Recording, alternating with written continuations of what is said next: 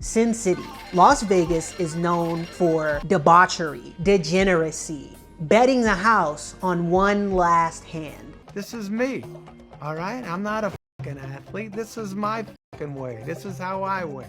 But there has to be art in that city, right? There has to be. New York City is the art capital of the world, but I'm curious if the art holds up in Las Vegas. I'm curious how they get down in Vegas. You know what I'm saying? Like, are we betting, you know what I'm saying? I'm betting my baby's shoes? I need the Or can I see a Picasso too? You know what I mean? Like, what's really good on the West Coast? America's big, and I wanna know if there's art in other states that can compare to what New York City has to offer. So I'm getting on a plane tomorrow to go to Nevada to find out if there is real art in Las Vegas. So I leave for Vegas tomorrow, but before I go, I wanted to look at some of the not museums, the galleries in New York City. I want to get a baseline for what is regarded as one of the best places in the world to see art, and I want to compare that to what I might find in Vegas.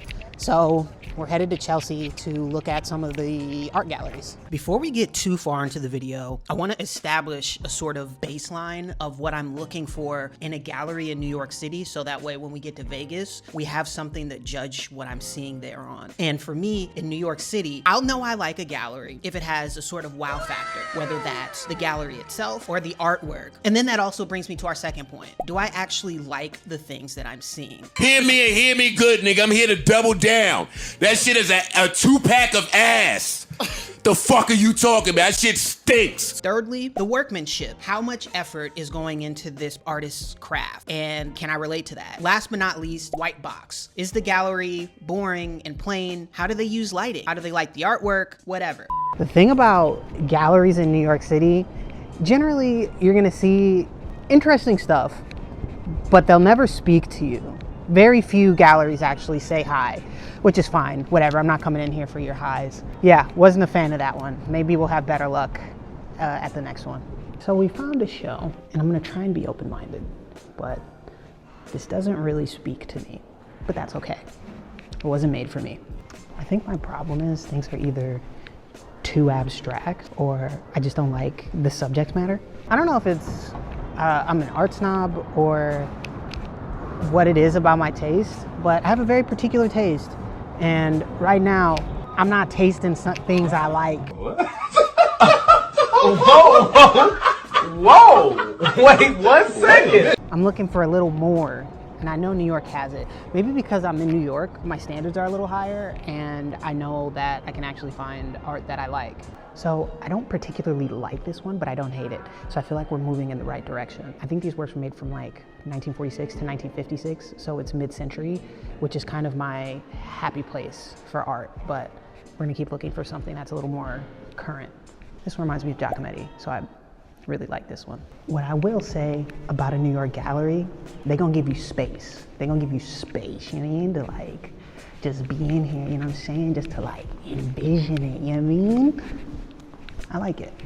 Look at this, gorgeous. Not bad. These ones remind me of Brancusi. I don't love the stuff in this gallery, but I do like how it feels. But like I said, that might just be because I'm really attracted to mid-century art, and I feel like contemporary art doesn't really work for me unless it's exceptional. But this stuff I kind of feel at home. Also, I love the space. So we're headed in the right direction for art that I like or art that I think is good. Though my opinion is not the end-all be-all, it's all subjective, but this works for me right now.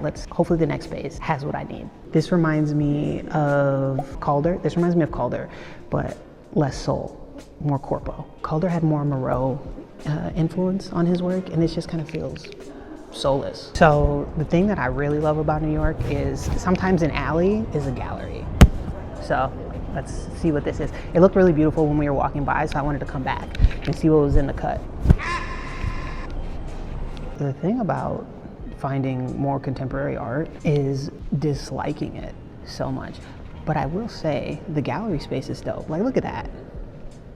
Nice. But again, it doesn't really work for me. Hopefully we find something a little more up my alley in Vegas. Yo, the thing about a New York gallery, I be ready to get the gone if I don't like the art. I be ready to run out the door. And I won't lie, feeling like running, y'all. Feeling like, come on, what are we doing? What are we doing? what are we doing? Unfortunately, that gallery was much cooler from the outside than it was on the inside. I like this one way better than all of the other ones, and I think this is probably the best we're gonna get today. Hopefully, Vegas has something more to offer, or Vegas has something different to offer. I want to expand my horizons, but I do like this show for what it is. And I'm also impressed by the sheer volume of works that they have here. But yeah, let's go to Vegas. It's about 4:30 in the morning. We're headed to Vegas. The line, low-key, isn't even that bad. It's just, I think it's supposed to be like 35 minutes, so we'll see. But all in all, pretty excited. So we made it through security relatively easily.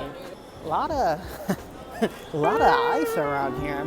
Oh my, yeah, it was actually pretty easy to get through security. Now we got like an hour and a half before the flight, so I guess we're gonna do some shopping. So while I was sitting in the airport, I decided to do some research on the history of Las Vegas because I realized I know absolutely nothing about this town outside of you only come here if you want to lose your house. But it can't be all that bad, right? So I found out that Vegas, that we know it as, kind of started taking shape in 1905 when a railroad connected it to major US routes. But in 1910, Nevada briefly outlawed gambling, which allowed for illegal casinos and essentially organized crime to take hold in the city. But in 1931, gambling was legalized again. However, also in 1931, the Hoover Dam was constructed, which brought in a bunch of different people to work in the town. And so everyone needed something to do to blow off some steam, and they needed some entertainment. So casinos and nightlife kind of grew rapidly along Fremont Street, which is what we know today as Old Vegas. In 1941, the first resort on the Strip opened, and in 1946, there was this guy named Bugsy Siegel, who may or may not be what the movie Casino is based on.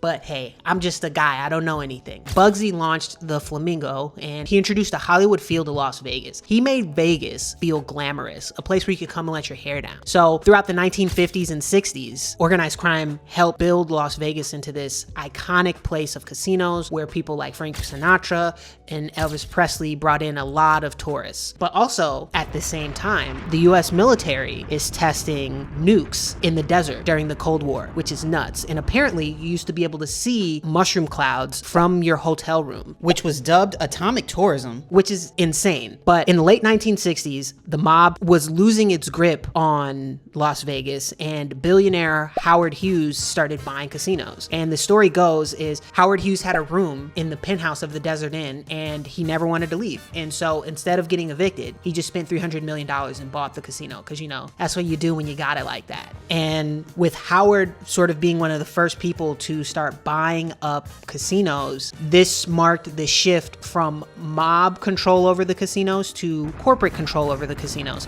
which, honestly, they're both corporate. One's just a little more under the table. Who am I to judge? But in 1989, Steve Wynn accelerated the transformation of Las Vegas into what it is today when he opened the Mirage. And it was sort of the beginning of a new era of mega-themed resorts, which is basically what Las Vegas is. It's a cruise ship on land. I'm not mad at it. Just touched down in Vegas. I don't really know what's first. I kind of want to see if they'll let me gamble in the airport. I just want to see how degenerate they'll let me get. All right, so we're here in the Arts District. I don't really know what to expect. I feel like mostly I've just seen a bunch of graffiti. So I'm kind of looking forward to seeing what Vegas has to offer when it comes to art, and hopefully it's magical. One thing that I noticed immediately visiting Vegas galleries is that they feel more communal. It seems like if an artist has artwork that they want to show, they just go and speak to the owner or the manager and they can bring artwork in, which I think is wonderful because it's really important for artists to be seen, and I love that. Secondly, owners actually talk to you. They lost me. Well, I guess they never had me, but first gallery's not looking so hot. I feel like this is the most artful thing I've seen since I've been here. So I'm not mad at it. I think it's cool because all of the art in there seems to be new. Like all of the artists had booths, but I think it's cool because it gives artists an opportunity to show their artwork. So that place was cool.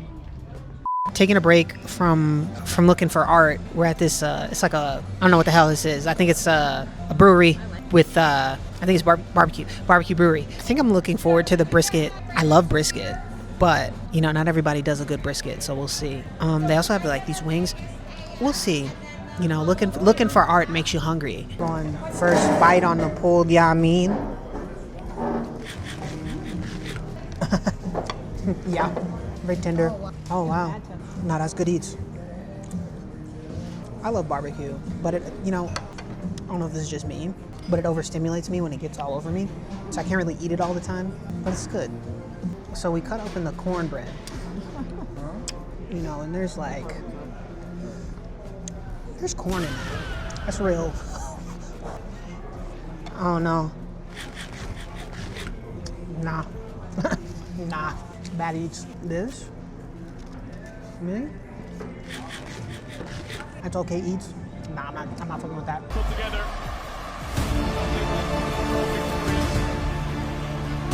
And Def decided to see so many of his former teammates succeed. So right now we're on our way to our next location, which is the Museum Arte, and it's our first stop on the Strip. So first on our stop to find art in Las Vegas is, what is this place called?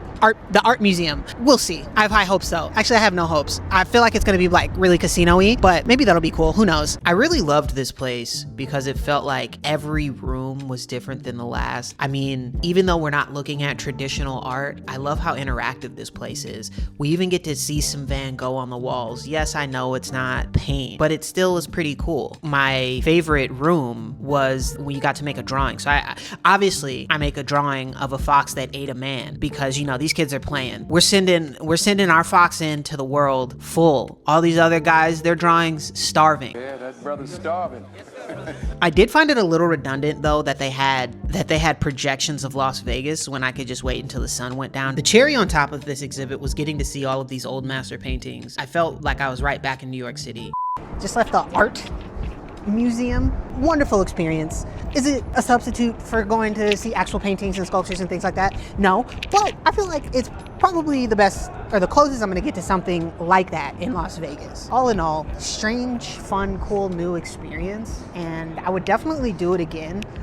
I think my favorite part was the paintings. I was thinking, right, like on this trip, we're gonna have to expand our idea of what art is. It can't just be canvas and paint. I feel like my eye is watering. It's so windy out here. It can't just be canvas and paint. So I think we're also gonna look at the architecture and just everything's art. So now we're gonna see a different type of art in Vegas, which is the performance art. It's not Cirque du Soleil. Is it Cirque du Soleil? Cirque du Soleil Mystique. I have no idea what to, Mystere, excuse me. I have no idea what to expect. So far, the stage design is awesome. I feel like I'm in a fairy tent. Yeah, so I'm looking forward to the performance. You know what? As I get to know Vegas more, I feel like it's all about showing off, and it's not really about the quality of the art, but it's who can make the biggest gesture. But so far, this is the coolest thing we've done. Cirque du Soleil was super sick. We got to see different types of clowns, different acrobats, and of course, I love the stage design. I think that's what Vegas excels in, is designing something for you to live in and to escape your reality. While I was walking around Vegas, I couldn't help but have this overwhelming feeling that I was in a mall that was outdoors. And I kind of looked into the history of malls, and something that stuck out to me was this thing called the Gruen transfer, and malls employ this to get you to spend more money. I know what you're thinking. Jordan, what is the Gruen transfer? So the Gruen transfer is a psychological effect where a shopper plans to buy one thing but becomes disoriented and distracted by the many options in front of them, causing them to buy other things they weren't planning to. The transfer part is what happens when the shopper transfers their focus from need to desire. And the effect is amplified the more time that someone spends at the mall. So the key elements of the Gruen transfer are 1, an overwhelming amount of choice, and 2, a pleasant environment that makes you want to linger.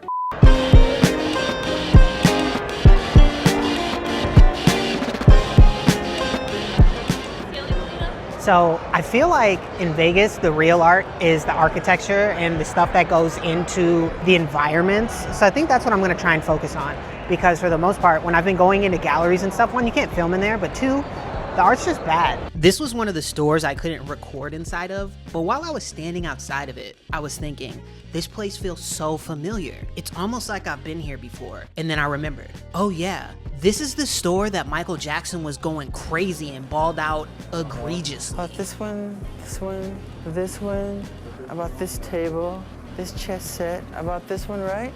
Is this yours? Yeah, that's the soul sign mean it's for me. I'm actually really interested in them designing places to look like other places, to be in another place. This is supposed to emulate like a Roman village from ancient times. And then I love that they take this medieval castle language and stick it on top of that. And that's a really Las Vegas thing, to rebuild history like in a cartoon way. They have the pyramids, they have the Eiffel Tower, they have the New York skyline, and the Trevi Fountain in Rome. I love this, because what you have here is exactly what Gruen was inspired by, but in this twisted, perverted way. Vegas's commitment to combining different eras of history in one place almost reminds me of Picasso and Cubism. And I know this sounds kind of crazy, but you know, Picasso was looking at ancient Greek sculptures, but he's also looking at African masks, and he's looking at Cézanne, and he's combining all of these different periods of history into something else. Stole that shit. That's what I do, nigga.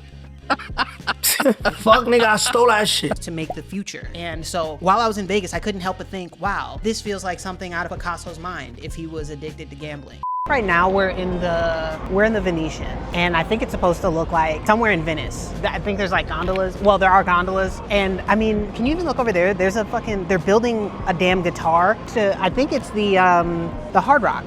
Yeah, they're building a Hard Rock to look like a hotel, to look like a guitar. I think it's really cool, the effort that goes into making an illusion for people to live in for a little bit, which I think is a really undervalued aspect of art, is the illusion portion of it.